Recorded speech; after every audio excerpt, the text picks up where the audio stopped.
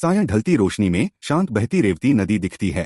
किनारों पर घने पेड़, दूर छोटे छोटे खेत और गांव, और उसी तट पर सफेद धोती कुर्ता पहने एक वृद्ध ब्राह्मण अकेला बैठा है, जिसके सामने छोटी सी गणेश प्रतिमा रखी है और घी का दीपक टिमटिमा रहा है। दीपक की लौ की रोशनी प्रतिमा के चेहरे पर खेलती है और पीछे नदी की हल्की चमक में दिखाई देती है। एक बाल भक्त साधारण कुर्ता पायजामा पहने आता है, झुककर ब्राह्मण से प्रश्न करता है, आप प्रतिदिन यहाँ गणेश जी के सामने रेवती नदी के किनारे दीपदान क्यों करते हैं? क्या गणेश जी और रेवती नदी का कोई संबंध है क्या? ब्राह्मण के होठों पर हल्की सी रहस्यमयी मुस्कान, जैसे कोई पुराना रहस्य जाग उठा हो। अब तुम ध्यान से सुनो, ये कथा प्राचीन काल में मिट्टी की झोपड़ियों वाला आश्रम क्षेत्र, चारों ओर जंगल और दूर आसमान में उठता हुआ काला धुआं दिखता है, मानो कहीं अचानक हमला हुआ हो। जंगल के खुले भाग में कई ऋषि कुशासन पर बैठे ध्यानमग्न हैं। सामने प्रज्वलित यज्ञ कुंड है, तभी पीछे से काले वस्त्र और भयानक चेहरे वाले असुर आग के गोले फेंकते हुए दौड़ते हैं। यज्ञशाला और झोपड़ियां आग की लपटों में घिर जाती हैं और ऋषियों के चेहरों पर भय साफ झलकने लगता है। सूखी धरती, टूटे हुए मटकों और जले पेड़ों के ठूंठों।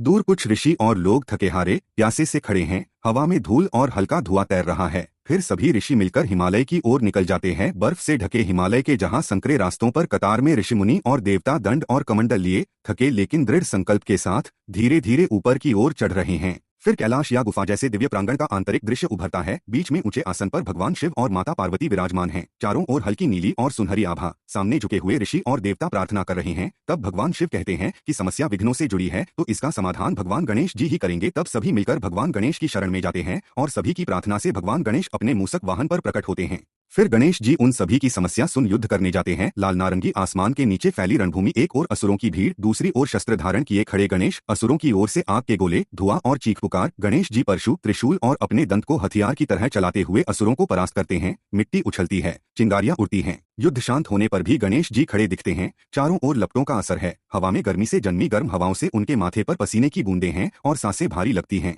फिर वे जले हुए काले पड़े जंगल में जाते हैं। वे अकेले चल रहे हैं, इधर उधर नजर दौड़ाकर जल की तलाश कर रहे हैं। पैरों के नीचे राख उड़ती है। आसमान धुंधला है और चारों तरफ सूना उदास वातावरण पसरा है। चारों तरफ सूखा जली घास, धुंधलाते क्षितिज पर हल्का धुआं। न कहीं हरियाली न पानी, पूरा वीरान और निराशाजनक लगता है। फिर आंखें बंद किए खड़े गणेश जी का चेहरा दिखता है और पीछे धरती की हल्की दरारों में से मध्यम स्वर्ण आभा झलकने लगती है, जैसे किसी चमत्कार की शुरुआत हो। फिर गणेश जी का दाहिना पैर जोर से धरती पर पड़ता है। टकराते ही मिट्टी और पत्थर उछलते हैं और उसी क्षण जमीन में से एक चमकदार दरार तेजी से फैलती नजर आती है, मानो समय थमसा गया हो। उसी दरार से श्वेत शीतल जलधारा तीव्र वेग से बाहर निकलती है। सूर्य की किरणों में पानी इस तरह चमकता है जैसे कोई नक्षत्र धरती पर उतर आया हो। सूखी मिट्टी गीली होकर चमकने लगती है और वातावरण में आशा का नया रंग घुल जाता है।